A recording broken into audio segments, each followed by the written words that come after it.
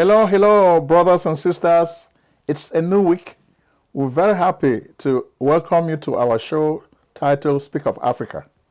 We have a whole lot of news for you, and we're really happy to share this news.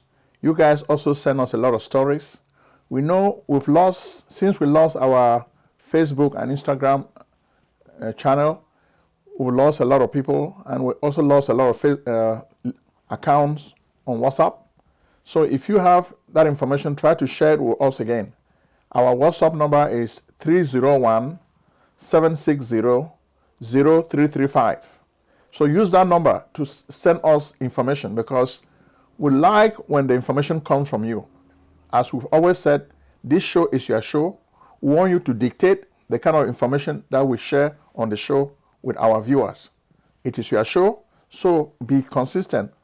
Start sending us more stories. We need stories from you so that we can understand what is happening in the motherland. When we see what is happening in the motherland, then we try to frame a theme which we give to the show of today. For today, we're going to talk about democracy and its discontent in Africa. When we look at most of the problems Africa is facing, you ask me why? Well, it is the discontent of democracy. Democracy is not working in Africa. Okay? And that's the story, that's the alarm most of you are sounding. You've been sharing this with us, so you want us to tell the world, democracy is not working in Africa.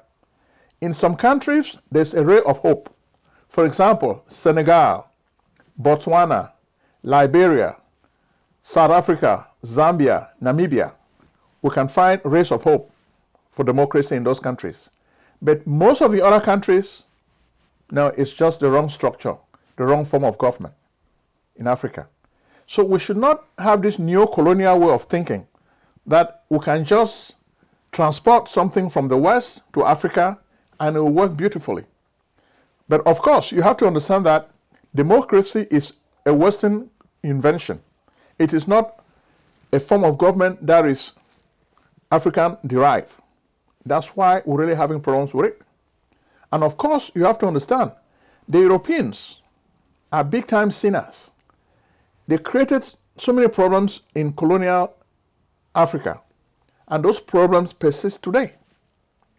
So they were looking at democracy as a way of maintaining a stronghold on Africa, even after the so-called independence. But of course, you know, it was just flag independence, because the instrument of control, economically, politically, and socially, were still in place, and they are still in place up to today. When you talk about the instruments of control, the main thing, they control the African political system. They tell you have a democracy, but indirectly, they choose your presidents for you. So the elections are rigged. The electoral college is fake.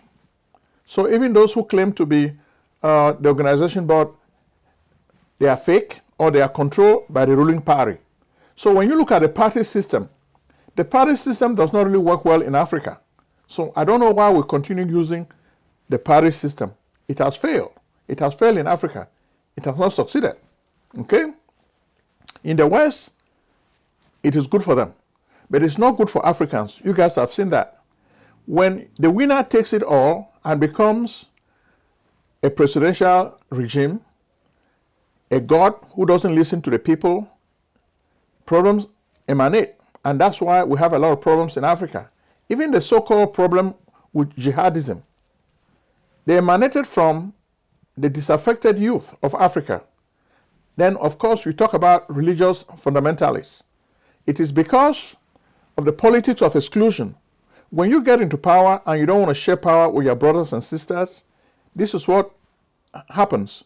When you think the colonial master is going to protect you forever, this is what happens.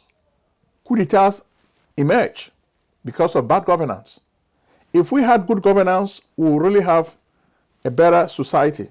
But for now, we think democracy is not working in Africa. Of course, when I say democracy, I use the simple definition of a government of the people, for the people, and by the people. So is this a government by the people in Africa? For the most part, no. Is this a government for the people? No, the government doesn't serve the interests of the people. Is this the government of the people? No, the government is foreign inspired. Then they are teleguiding it with a remote control. A president is in Cameroon, called Paul Biya. He's teleguided from the Élysée Palace. Do this, don't do this. He cannot make a major decision without consulting the colonial master. Even though he claims that, oh, we're no longer a colony, we are independent. No, you are not independent. Just the way Emmanuel Macron told some of the African leaders a few years ago. Vous n'êtes pas des présidents, vous êtes le gouverneur de la France. You are French governors, you are not presidents. So forget that nonsense. Whoever told you you are presidents, you are just presidents just to fool your people. In fact, you are just French puppets. If you don't understand that, we'll get rid of you. So when most people become president, it doesn't take them long. They understand that in order to survive, they have to toe the line. They have to obey the slave master. Okay? So that's what is happening. Interestingly, when you look at Burkina Faso, Ibrahim Traoré is making so many waves. Why? It's not because he's a Democrat. It is because as a young person, he dared to challenge the French Empire in Burkina Faso. That's the problem. Opposition. Well, opposition are crying foul. But Ibrahim Traoré is saying that he needs time to work on his mission because democracy has failed in his country. Just look at how many democratic governments were in Burkina Faso before he came. They all failed. So now he's trying to at least take the country and make the country follow a new path. And when you look at what is happening, you feel sorry for a lot of these people because Africans have come of age.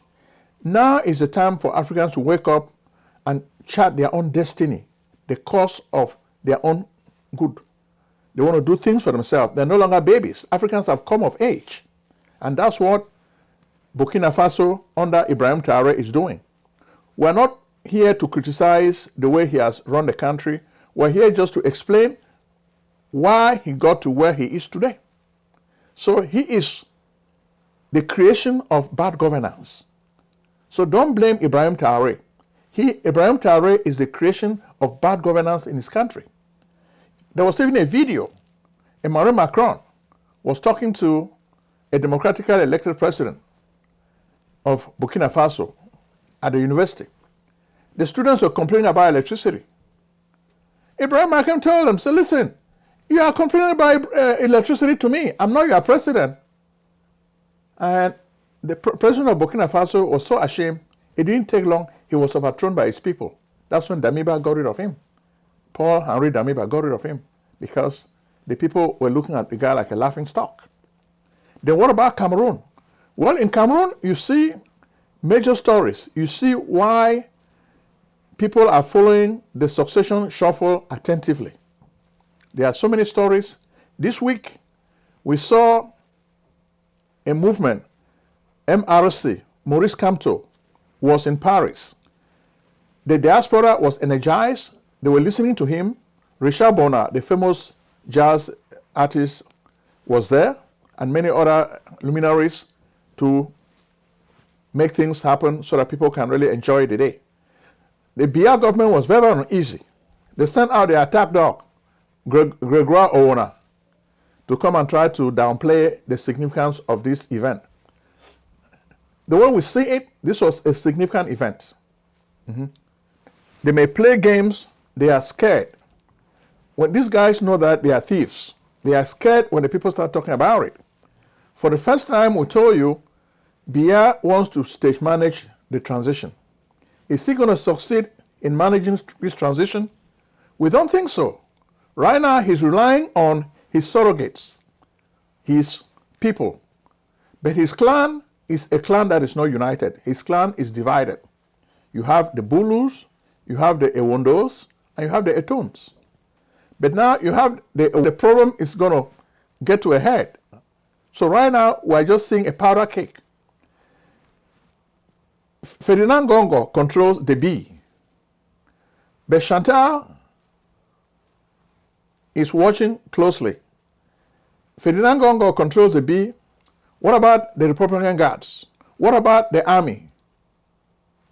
They are not controlled by Ferdinand Gongo. So if Biya closes his eyes, there's going to be a talk of war. Just first with the clan, the Biya clan, the Beti clan. But this is going to be a powder cake because the Anglophones are not taking it lightly. They may choose this as the best moment to get their independence and freedom. Then what about Ayijo's people in the north? We have a video. They are also interested in civil disobedience. Nous sommes le 28 mai 2025. Nous sommes à Rabinga. Tout a été bloqué. Bloqué. Tout est bloqué. C'est comme ça. Le peuple de ce côté est debout. Le peuple du Grand Nord est debout. Nous avons nos revendications. Et ce n'est que le début avant le déclenchement final de ce qu'on appelle la révolution populaire du peuple camerounais dans l'ensemble. Et c'est comme ça, ça va se mettre en place. Une personne m'avait posé la question à Ahmed H, comment on va faire pour stopper tous les camions, que les magasins vont fermer, comment, voilà, vous savez, j'ai dit non, c'est pas un problème. Le jour où le peuple dans son ensemble, du nord au sud, de l'ouest à l'est, va descendre dans les rues, ça va se bloquer, les camions vont garer, personne ne passera. Et c'est la même chose aujourd'hui, ce qui se passe ici à Rabinga aujourd'hui là, c'est la même chose. Mais ça, ce n'est que le début du déclenchement du mot d'ordre collectif. Parce qu'il y aura un appel collectif et le peuple va se mettre dans les rues. Et on va bloquer tout comme on a bloqué aujourd'hui ici à Rabinga. Ça, n'est que le début. Et c'est comme ça. Ça va bloquer Marwa, va bloquer Garwa, va bloquer Ngaoundere, va bloquer Bertoua, va bloquer Yaoundé, Douala va bloquer Bafoussam, Bamenda, partout. À ce moment, la diaspora aussi va se lever simultanément avec le pays. C'est comme ça. Ici, tout est bloqué. Rien ne rentre, rien ne sort. Le peuple est debout, est déterminé. C'est vrai que certains ne veulent pas savoir, ne veulent pas entendre que ça commence vers le nord comme ça, parce qu'aujourd'hui, il y a un autre esprit. Ils sont en train sur la toile de parler d'autres choses, alors que le peuple de ce côté est debout, est déterminé. Mais ils ne veulent pas parler de ça. Mais nous allons parler. Et nous allons nous mobiliser. Voilà, le jour où nous allons lancer le mot d'ordre collectif avec des leaders vrais qui veulent le changement dans ces pays, ça va se bloquer comme ça dans tout l'étendue du territoire camerounais. Et le peuple va descendre dans les rues. À Yaoundé, poste central, à Douala, on va bloquer tout. Et le peuple est debout. Garoua, s'il n'y a pas le préfet, vous ne pouvez pas aller à Yaoundé, vous pouvez se mobiliser devant chez le gouverneur, faire des sit-ins là-bas. S'il n'y a pas le gouverneur chez vous, c'est le préfet.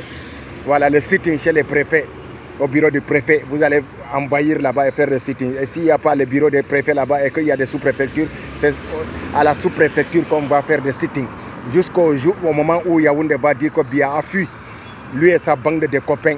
Voilà, c'est à ce moment que nous allons rentrer à la maison. Un vent nouveau va souffler sur le Cameroun. Ici, c'est à Rabinga. Tout est bloqué. Le peuple est réveillé. Le peuple du Grand Nord est debout, déterminé cette fois-ci. Voilà, à tout moment, nous allons apprendre, montrer aux gens comment on revendique, comment on manifeste, comment on grève. Voilà, jusqu'au jour où le mot d'ordre collectif va être lancé. Et c'est comme ça doit se passer. Ça, ce n'est que le début. C'est comme ça, tout va être bloqué. Rien ne passe, rien ne rentre, rien ne sort. C'est comme ça, on va isoler toutes les villes jusqu'au jour du départ de Biya et sa bande de copains corrompus. So they are planning. So what we see happening in Cameroon is there's so much planning going on by all parties. So we're going to get to a watershed event. When Biya closes his eyes, it's not going to be funny. Robert Bougie, the famous guy, mentioned this.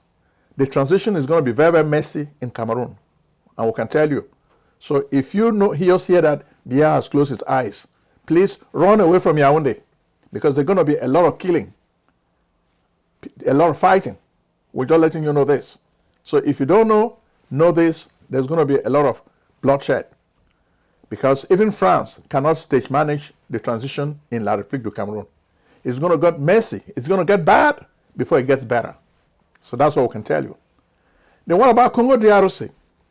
There also we see another failure of democracy. Okay? Somebody will say, oh, Joseph Kabila stepped down and asked his successor to take over, Felix Tshisekedi. On this show, we've told you so many times that this stage-managed drama would end very badly, because we've seen it before in Africa, We've seen it in La République du Cameroon, when Amadou Ahidjo stage managed, resigned, then asked his constitutional successor, Paul Biya, to take over. How did things end? Not very well. I don't want to go into the details because of lack of time. You know exactly, up to today, Ahidjo's remains are still in Senegal. They have not been repatriated to La République du Cameroon for a proper or state burial. When is this going to happen? That's the hanging question. Okay? That's in suspense. People are just asking. A lot of Cameroonians are asking. Okay? Next, we'll look at Guinea, Equatorial Guinea. Obiangema, he's probably the longest serving president in Africa. But he doesn't allow oppositions. So opposition does not really have a way. Just like in Cameroon, if you try to be a member of the opposition, they try to silence you. Sideline. You sideline completely. And that's what is happening in Equatorial Guinea. Now that Equatorial Guinea has realized that the West are not really good partners, they are having a honeymoon with Russia. So Russia is taking advantage of the problems of the Western world.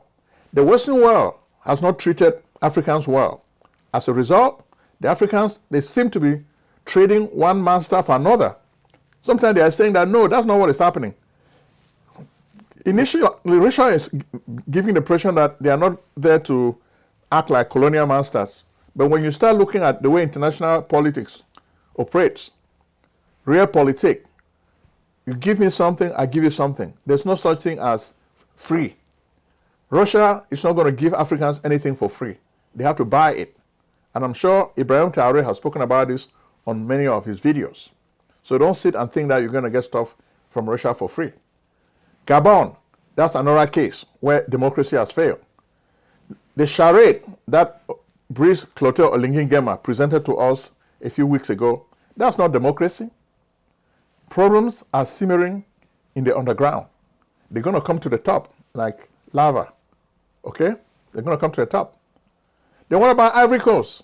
Well, in Ivory Coast, we have another issue with democracy.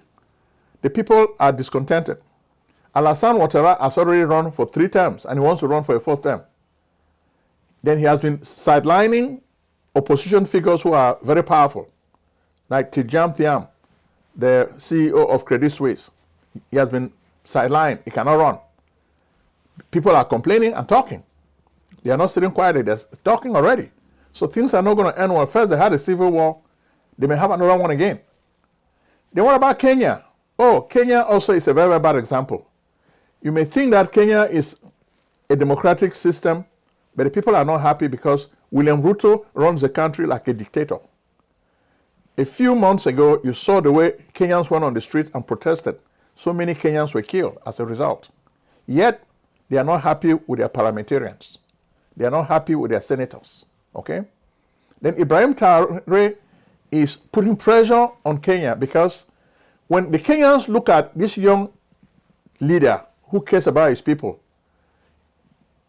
William Ruto feels so bad and he doesn't want to see Ibrahim Traoré. So there's a conflict. Already we see something festering. AFRICOM is trying to use Kenya against Burkina Faso. So most of these puppet presidents, they are conniving with the West to see how they can get rid of Ibrahim Traoré. Are they going to succeed? So what advice do you have for Ibrahim Traoré, my people? If you have advice for Ibrahim Traoré, share it on this show. What should Ibrahim Traoré do?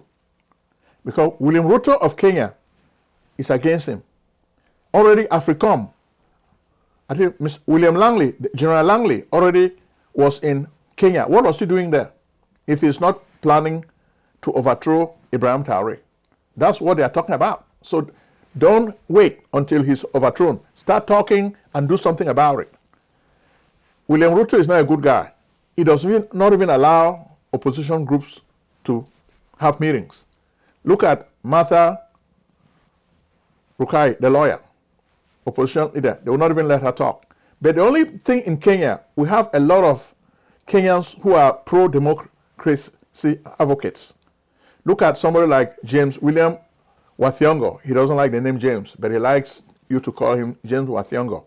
We understand that he has died, and he was a staunch supporter of democracy and a staunch anti-colonial writer. It got to the point where he decided to stop writing in English and he started writing in Gikuyu, his native language, because he felt art needs to rebel. Language is a language of rebellion. So by writing in English, he's serving the colonial master. So he started writing in his own traditional language. He has died, and we thank God to accept his spirit. He did a good job by advancing the cause of democracy in Kenya. Okay? So we thank him very, very much. Then we also thank the ladies who are working hard, delivering medications using their bicycles in Kenya. This is what we like. Their role may be small, but they are making a difference in their country. What about Nigeria? Well, in Nigeria, we have a democracy on paper. It sounds very good, but in practice, we have a dictatorship. The country is still reeling from a lot of problems before Bola Tinubu came in. He's already touting the progress he has made in the economic sphere. Zainab Abiola is saying, okay, he has paid the debt of Nigeria, this and that, but Nigerians are still suffering. They're still going through a lot of hardship. But it seems as if Bola Tinubu doesn't care. He's manipulating the electorate. Why is it that he does not choose any Christian to be in his government? Why does he rely so much on only Muslims? That's a question a lot of Nigerians are asking. It has been a tradition in Nigeria that when the president is Muslim, the vice president will be a Christian. For the first time, Bola Tinubu has changed this tradition. The president is a Muslim, the vice president is a Muslim. So where do you find Christians in this kind of scenario? Is this not a way of encouraging Islamic fundamentalists to kill Christians? We think that's just what is happening. In fact, in Benue, we just woke up with a story of insecurity. A lot of people have been killed, over 40 people, by herdsmen. Attack. The herdsmen are attacking people all the time. So it's not the first time. What is Bola Tinubu doing about it? Nothing. Has he ever gone to the ground to visit? No, he doesn't. Maybe if this event happens in Europe, he will go to show sympathy with his colony. No, we hear over 200 people have lost their lives in those flash floods. You would think that a president like in the United States will go to the scene to visit, then talk to the people to make them feel he's with them. You think Bola Tinubu will do this? No. You see a lot of pictures. Sad. People have lost everything. Oh, the flash floods swept everything away, houses demolished. The people are in trouble. Just sending your underling to go to the place is not enough, Mr. Bola Tinubu. We think, do what real presidents do. Plan it, then go and visit the scene and talk to the people, hold them, feel their pain. You touch them, they will see that, well, this is our president. He knows what we are feeling. So sitting in the glass house of Asorok and saying you feel sorry for them, no, that's not enough. That's not enough.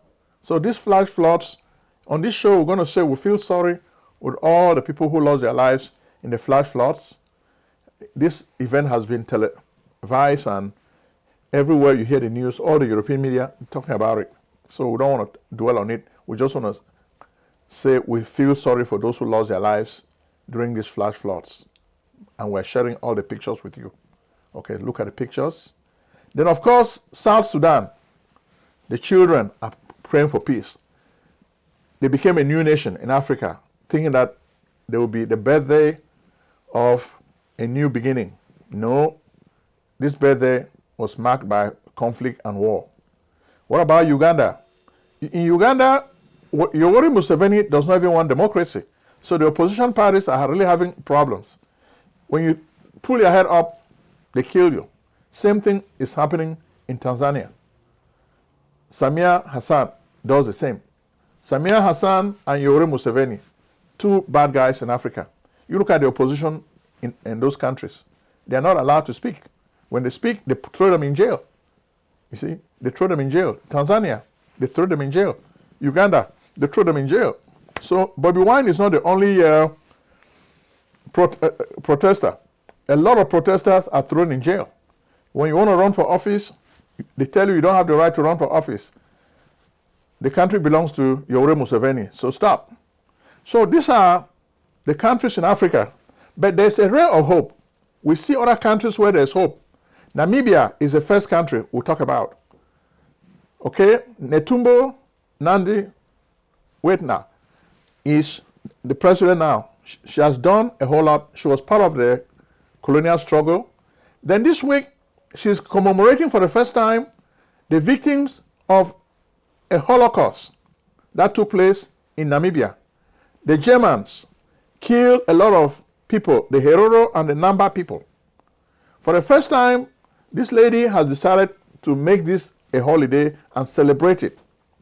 Some people are not happy, but why would they be happy? Whenever you're anti the colonial master, they don't like you. So we support Ms. Netumbo Nandi. She is doing the right thing. The Germans have not paid reparations. When you look at what the Germans did to African people in Namibia, very, very sad. The only thing that comes close is what happened in Congo DRC with King Leopold, chopping hands of the people.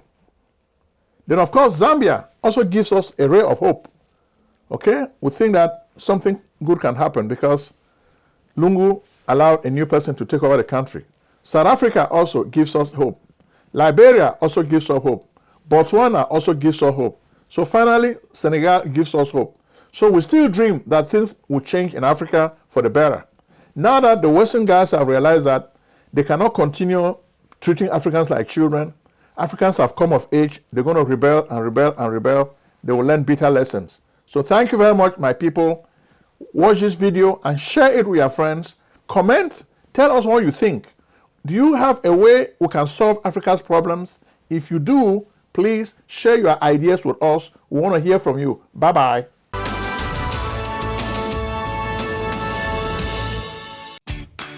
Do you need tax preparation services? We can help. Contact PJ Tax Service, America's only full-time income tax preparers. Like the good old doctor, we do not close our doors after April 15th. In fact, we stay open all year round in order to serve you. We are located at 11207A, Lockwood Drive, Silver Spring, Maryland, 20901. Make an appointment today with Prince Ojong, your tax expert. Call 240-350-1131 or visit us on the web at www.pjtaxservice.com.